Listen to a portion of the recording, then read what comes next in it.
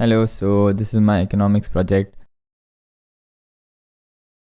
I have to use an ARIMA model to forecast the heart rate of the patient. So this will be more like a study with me kind of session. And when I'm gonna be talking, it's gonna be slow. And when I don't talk, it's gonna be at like, I don't know, I'll decide 5x speed or something. The first thing is I wanted to use Python, so I found this video on how to use ARIMA modeling.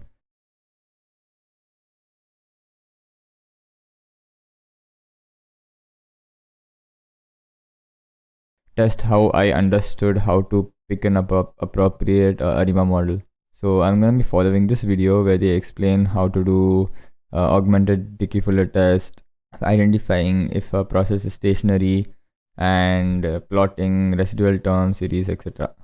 So I'm going to be following this video. These three parameters take non-negative integer values, indicating which specific ARIMA model is used. For different time series, we might be able to fit them with any of the combinations of these three components. The third part, MA, moving average, means a set. We'll use a time series that records the traffic to our website, justintodata.com.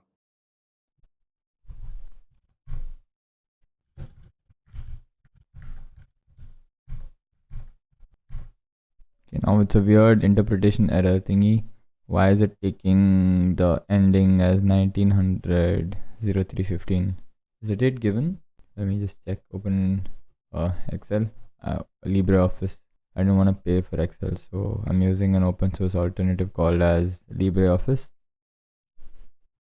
There's no thing mentioned here.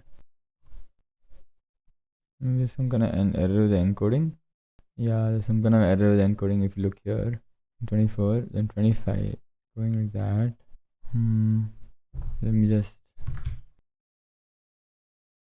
data. How do I change format? I do not know how to use Excel. I should probably learn. Right click.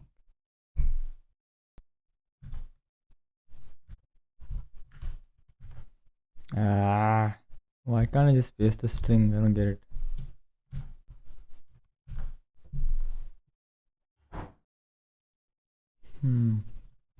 That is very odd. Let me CDF.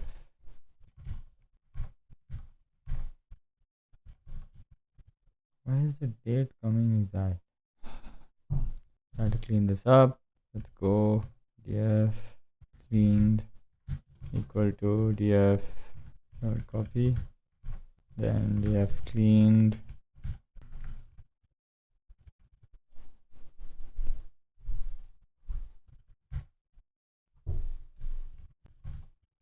It's an object. Object means it's a string basically. While reading, I'll read it as a string type. Dtype. Dictionary of column. Time, I'm going to take it as string, and heart rate as the 30 to 16. Oh my god, bruh. Okay, let me. Will it work? Okay, fine. This is something. Okay, at least I got it in the same consistent format now. I'll remove the date and get only the time.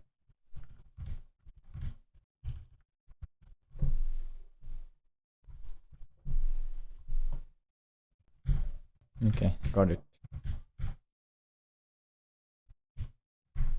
Now it should be solved. Ta-da! Okay, now we got our data frame in the correct manner. Now what should we do? Let's analyze. So let me just first plot it with plotly. Import plotly dot express as the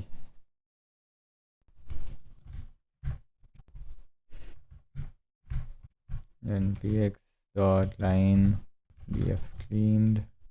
This name is df for heart rate.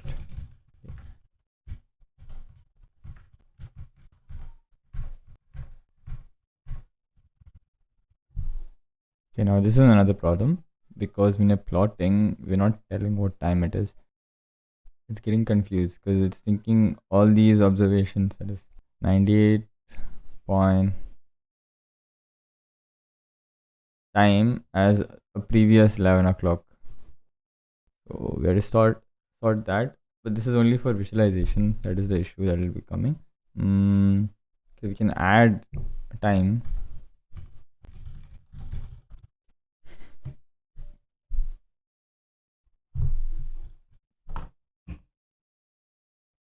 First, let me calculate number of days. So for that, I would approximately df 0. We have 75 days approximately. Number of days. I'll just add +1 just in case. Now I'm going to generate a date range for these number of dates.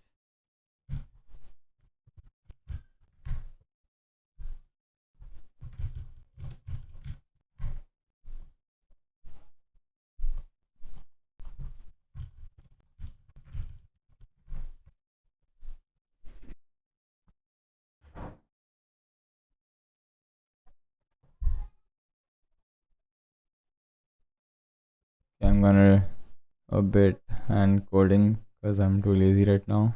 So I'm gonna just start it, get the range and start it from this. So it's gonna be, yeah, got it. So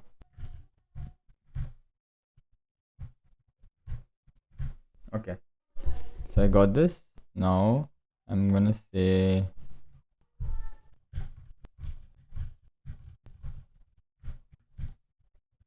so we got it equal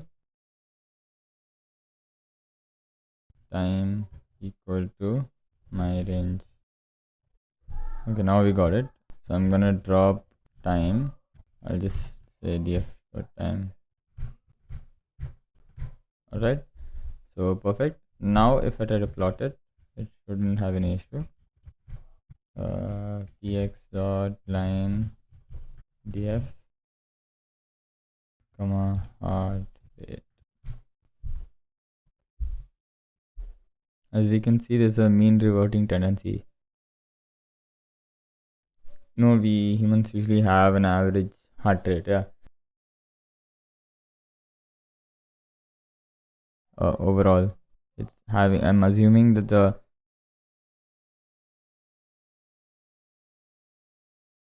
eventually it ends up reverting to the mean. So now that we visualize this, so I would say visualization, import libraries, move this up, and I'm gonna say way to change the size, font size.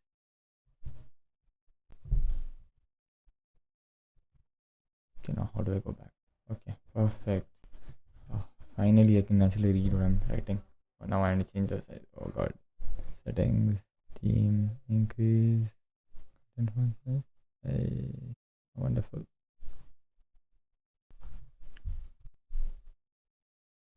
Okay, I forgot what I did.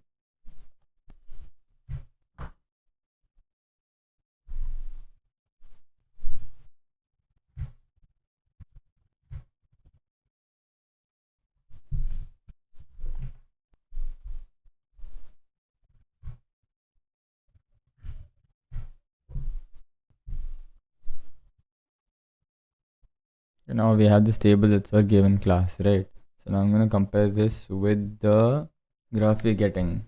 So this is the autocorrelation. We see, okay, very slowly.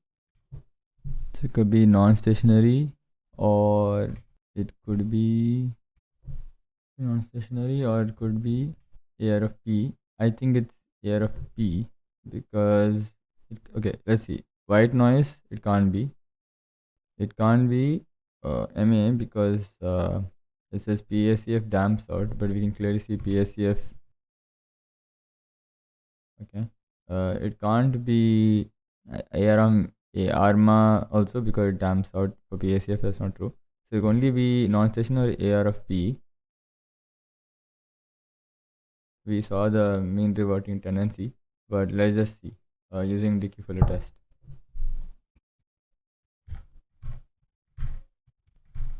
P value is 2 point. Oh my god. Okay, so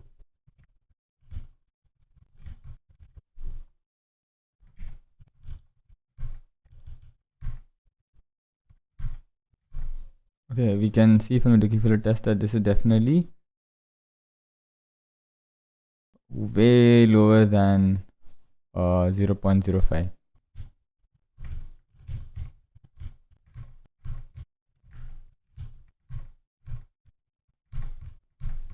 And now we can conclude it's stationary.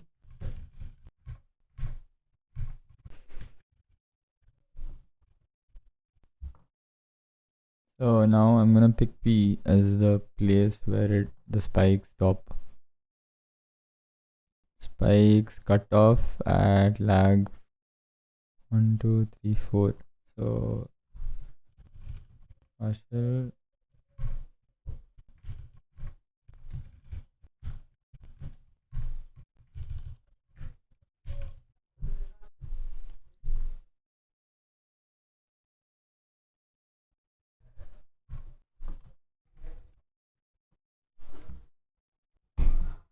So we do not have to do any differencing because we already got as ARF4.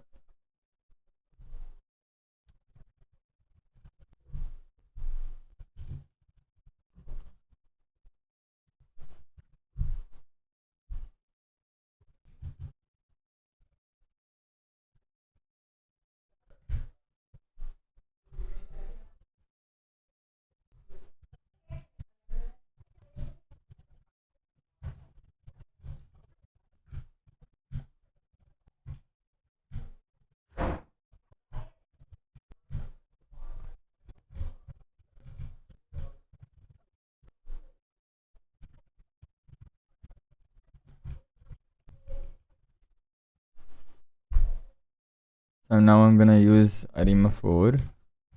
4, 0, 0. In this I got lag 1 and 2 as significant, lag 3 is not significant.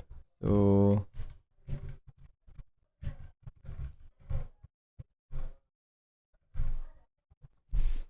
but here it looks like lag 3 is better, so I prefer R3 model. It's a t-test the question.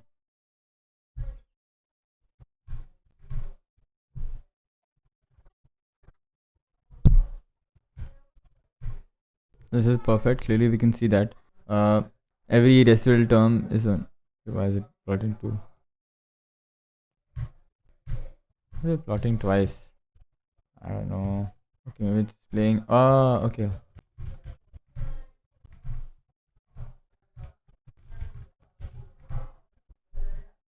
So yeah, this shouldn't be an issue. So this is fine. This model is fine. Now let's use it for making predictions.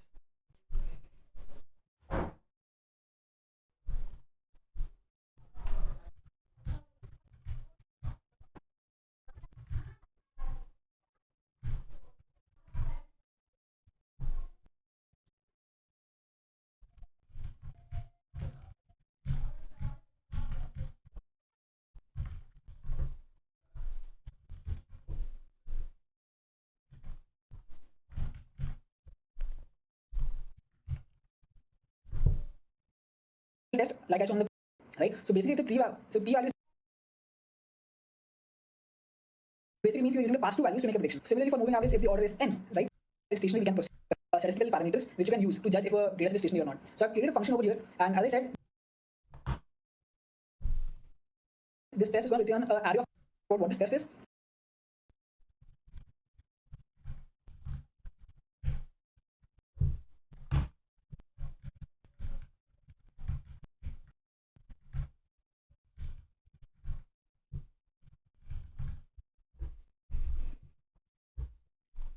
The order is n, right? Data set over here, trace is equal to true. Basically, what it does is it will print out as it's iterating to every step, right? So order is basically you can mention starting p value, starting and the end. No, over here it says Sarima, but you can ignore that, right? So Sarima is basically take the data set into training and testing. You train the model on the training section and just check if it's good or not on the testing set, right? If you want, and you fit that using model.fit. After that, we proceed to make final predictions on the testing section, all right? And to fit the model, usually fitting the model, right? We call the ARIMA function. Sometimes what happens is here, if you want to make a plot, right? If you want to plot it out, you need the date values. So in some cases, you might have to use the mean square error between.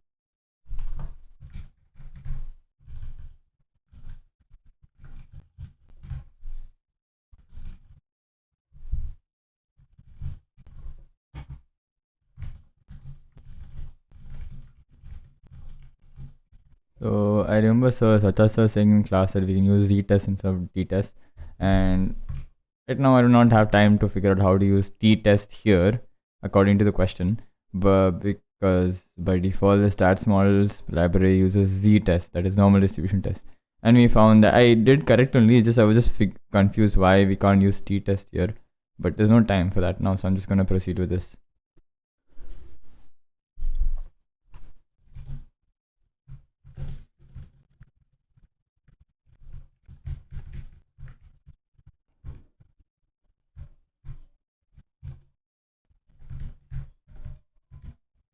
Maybe I'll just try using a different order.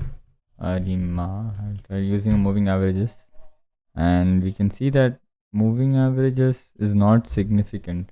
Here you can see. Let me just test it. It is significant if you use moving average order 1, but according to the methodology we're using, I think this is better. So yeah, order of 3 0 0 looks better. So r square, what do I get? I into test. So this is my model, and now I'm going to take df of shape bracket 0. If I take in sample testing, let me take 80-20. So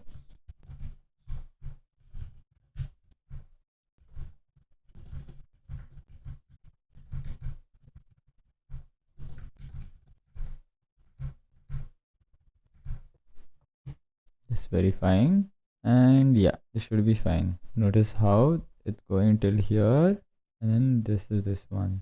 Okay, perfect. So now we're going to train our model. No need of in sample testing because there's no time, so we'll just do auto sample testing with the ratio 80-20 train test ratio. My model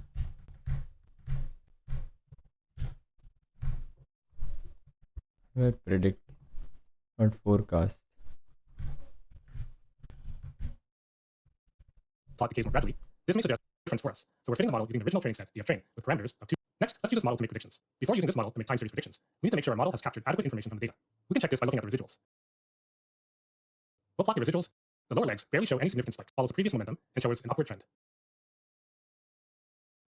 Between prediction and the test values, and we're plotting the test set along with it to see a comparison. We use this line, which is basically taking the date values from the data frame and your not date values, and instead it gives them numbers as the first prediction, second prediction, third.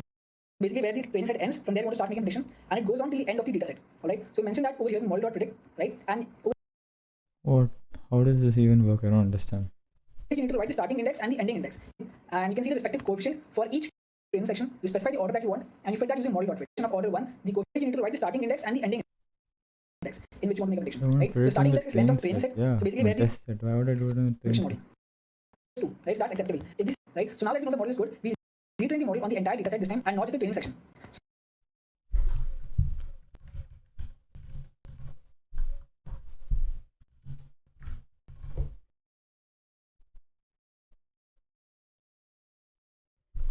This is a bit different from what I'm usually used in machine learning libraries, where you have fit and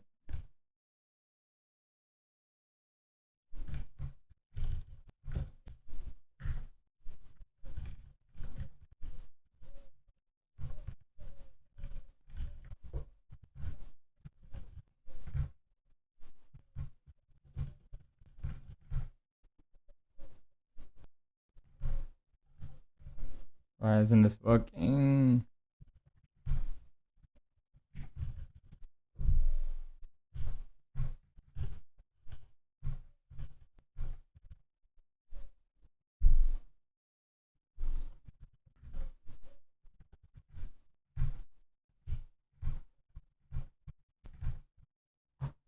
I do not understand what the error is.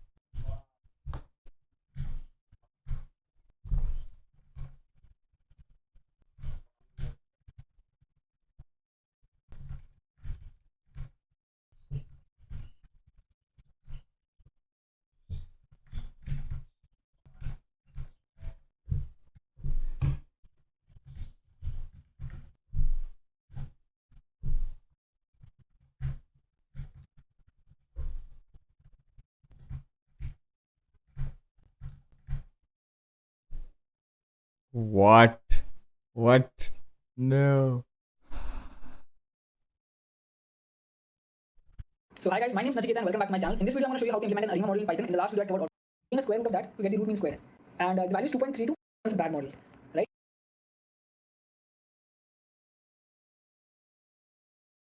So over here, we import the mean square along with it. So in some cases, you might have to use summary. You can see a lot of things like the AIC score, the order of the model, and rest of the data as a training section. And you can see the summary as well if you want. So in the summary, you can see a lot of things like the AIC score, the order of the coefficient for them as well. So basically, where the training set ends, from there you want to start making prediction, and it goes on till the end of the data set. All right. So you mentioned that over here in model.predict, right? And over here you print out the prediction, so you can see the prediction for the testing set over here. Well, if you want. So in the summary, you can see a lot of things like the AI. So we reserve the last 30 values as a testing section and rest of the data as a training section. All right. And to fit the model, you simply call the ARIMA function, and you give it the data set, which is the training section. You specify the order that you want as well if you want. So in the summary, you can see a lot of things like the AIC score, the order of the model, and you can see the respective coefficient for each time lag, right? For the auto regression of order 1, the coefficient is 0.98, and for the 5 moving average parameters, you can see the coefficient for them as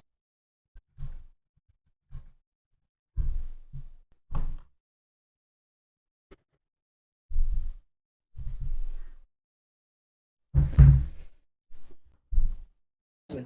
This summary as well if you want. So in the summary, just check if it's good or not on the testing set, right?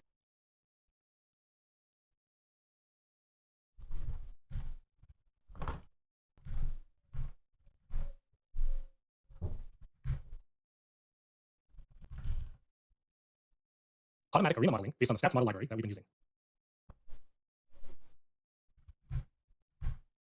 Bro, what?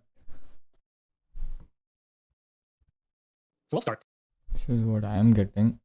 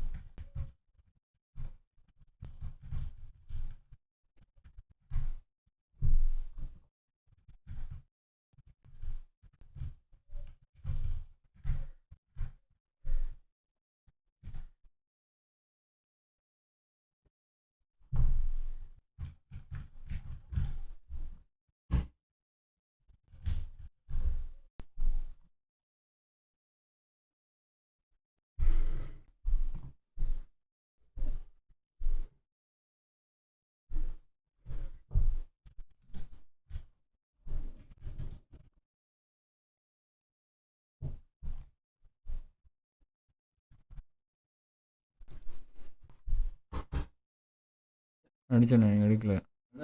ஆமாம், ரெண்டாவது அடிக்கல. நான் அடித்தேன், நீங்கள் வந்து எடுக்கல. தப்பாக தெரியாமல் அடிச்சிட்டேன்னு நினச்சேன்.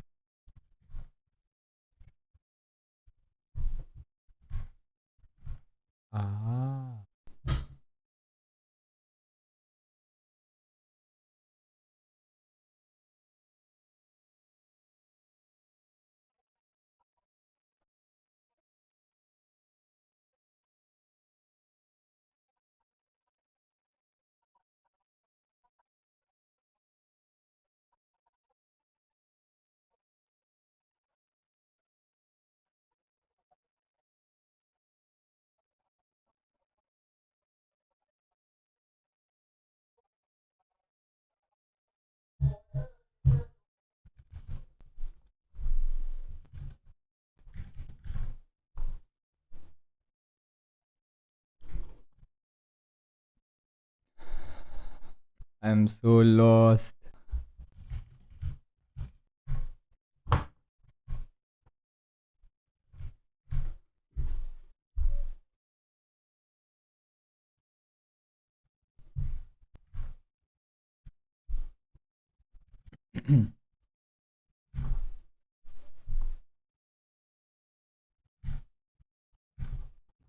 What?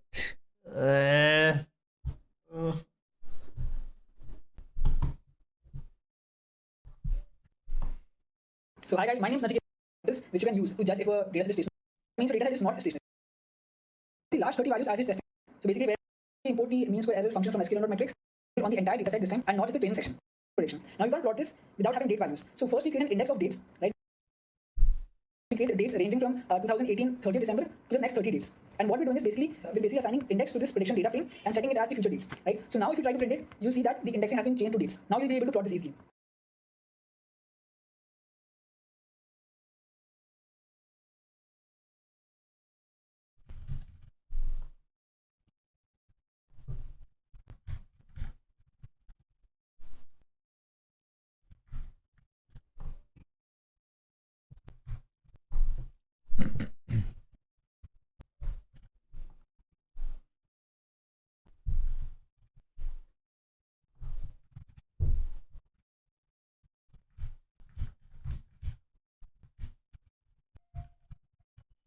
What?